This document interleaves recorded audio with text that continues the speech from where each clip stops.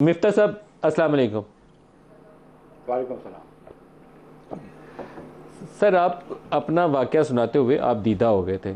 आपने वो इशू नहीं बताया कि हुआ क्या था जिस पे आप इतने आप दीदा हो गए। क्या हुआ था? बेहूदगी का तो वो खैर कोई भी पैमाना जो है वो काबिल बर्दाश्त नहीं होता, लेकिन एग्जैक्टली क्या हुआ था? सर देखिए, मैं सच्ची बात यह है कि मैं 5 महीने जेल में रहा और मैं उसमें रहा हूँ सॉलिटरी कन्फाइनमेंट में। अल्लाह ताला ने हिम्मत दी हुई थी, कोई मसला नहीं हुआ था। शाहिद भाई नोज दिस के मैं हंसता रहता था जेल में, कोर्ट्स में। कभी भी मैं नैब वालों को उल्टी सीधी मतलब बातें भी कहता था, जो मतलब इनको मैं सुनाता था, क्योंकि मैं सच बोल रहा था, वो झूठ बोलते थे। लेकिन जो मुझे बड़ा अफेक्ट हुआ ना सर, को जिस दिन उन्होंने मेरे घर पे छापा मारा था, उस दिन मेरी बीवी और बेटी की क्लोजेट में जाके उन्होंने उसकी भी तलाशी की थी। क्या ढूंढ रहे थे मेरी बेटी की क्लोजेट्स के अंदर, या मेरी बीवी की क्लोजेट में वो क्या ढूंढ रहे थे? आई मतलब this is just other than harassment and humiliation, what possible outcome could there have been? तो अगर आप पाकिस्तानी नहीं है क्या, आपको शर्म नहीं आती है कि आप किसी और के घर के अंदर बेगम और उसकी बच्चियों के कमरों में जा रहे हैं, अलमारियों में जा रहे हैं आप?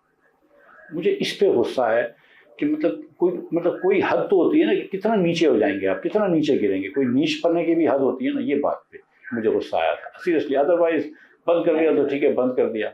मतलब जो मैं सच बताऊं कि जिस दिन मैं बंद, शाहिद भाई ने मुझे 2 लेटर लिखे थे, मरियम औरंगजेब ने भी मुझसे भी साथ मैसेज भिजवाया था, अब्दुल्ला ने भी कराची में भी मुझे कहा, फिर इस्लामाबाद में भी आके कहा कि अब कह रहे हैं कि आप ये दे दीजिए। और मैं शाहिद भाई से मजाक करता था कि सर आपकी हैंड राइटिंग की समझ में नहीं आई।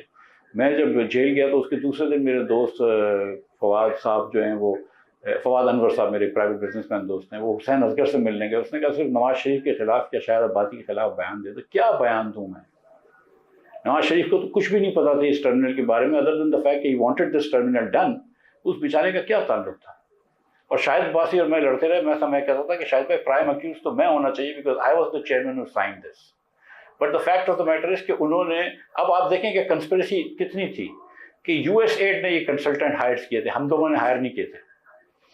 तो यूएस एड को भी इन्होंने लेटर लिखा था कि यूएस एड ने कोई ब्रिटिश कंसल्टेंट हायर करे थे, वो भी इसमें मिले हुए थे। अच्छा, कमाल की बात यह है कि यूएस एड ने ये ब्रिटिश कंसल्टेंट 2013 में नहीं किए थे जब नून की हुकूमत आई थी, वो 2012 में किए हुए थे जब हमारी हुकूमत भी नहीं आई थी, जब मेरे फरिश्तों को भी नहीं पता थी कि मैं कभी एसएसजीसी के चेयरमैन बनूंगा, या शाहिद भाई जो हैं वो एसएस अपने पेट्रोलियम के वजीर बनेंगे।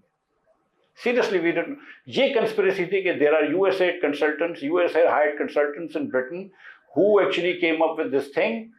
और ये भी इनको पता थी कि इससे एंग्रो कंपनी में जब असद उमर चेयरमैन थे तो इन्होंने $1.04 का या कोई 95 सेंट का बिट करा था, और ये जो है हमने 66 सेंट में पहले की, और उसके बाद इसको हम 44 सेंट पे लेके आए या 42 सेंट पे लेके आए। ये भी बात तय होनी चाहिए कि इससे ज्यादा पाकिस्तान का नहीं, दुनिया में कोई सस्ता टर्मिनल नहीं लगा हुआ।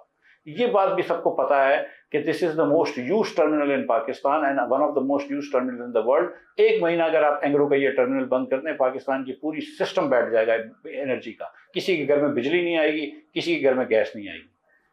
तो ये, और ये 2 साल का प्रोजेक्ट 10 महीने में किया है।